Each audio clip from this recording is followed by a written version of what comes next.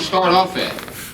Because a lot of times, you know, you'll look at somebody else and you might say, well, wow, he sure got it good, or he sure doing good, or he lucky.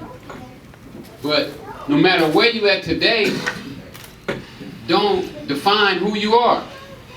See, a lot of times what we'll do is we'll let our situation or our community or our friends or our mothers, our fathers or our brothers and cousins and big homies dictate who we are and how we feel about who we are.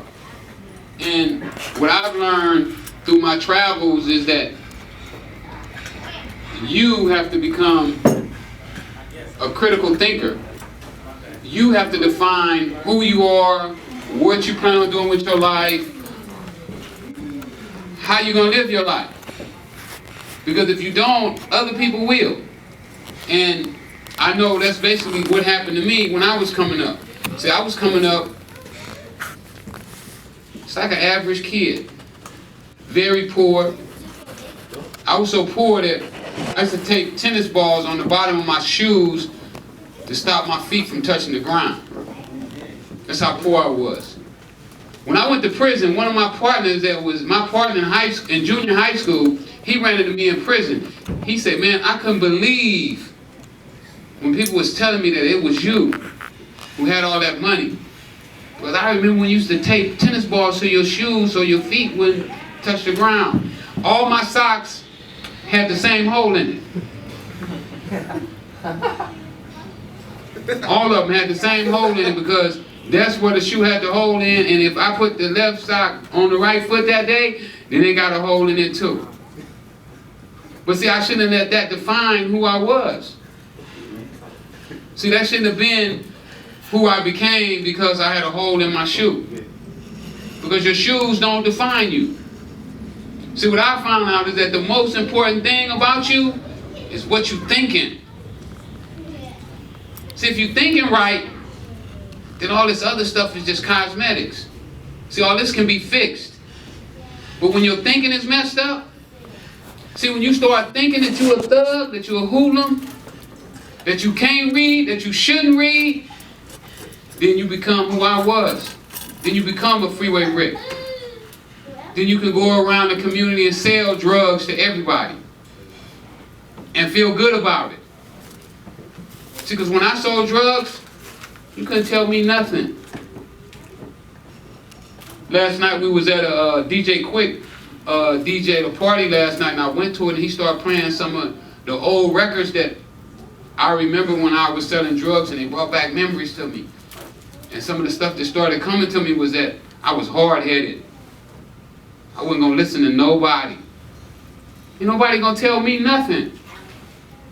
And I learned that that's not the attitude that I should have had. See, certain people shouldn't have been able to tell me nothing. And that was people that shouldn't have been able to tell me nothing. I listened to everything they said. Homie, you don't need no books. Carry this pistol. Homie, this dope sack, that's where it's at.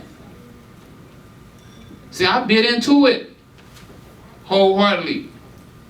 That every morning I got up, I would put my pistol on the side of my waist, and it's on today. If I had to kill somebody or be killed, so what? Going to prison? Part of the game. That's what the big homie said. And all the homies in jail anyway. But when I got to jail, I found out something totally different. No, it ain't that cool. And all that don't snitch, yeah, we're the same ones who saying don't snitch was the first ones to get on the witness stand and say, I swear to tell the whole truth and nothing but the truth, so help me God. And then look over their glasses and point right at you and identify you. Yeah, the one sitting over there right next to the dude here with the orange jumpsuit on, that's Ricky Ross. And this is what he used to do. But see, after I was there, and I got a life sentence. I had a life sentence, with a life without the possibility of parole. See, me standing here today is a testimony of my will and my determination. Did I tell y'all I was illiterate till I was 28 years old? Yeah. Yep. You already knew that, huh? You heard me speak before. I was illiterate till I was 28 years old. Had never read anything. Not one single book. But when they gave me that life sentence, for the first time in my life, I wanted to read.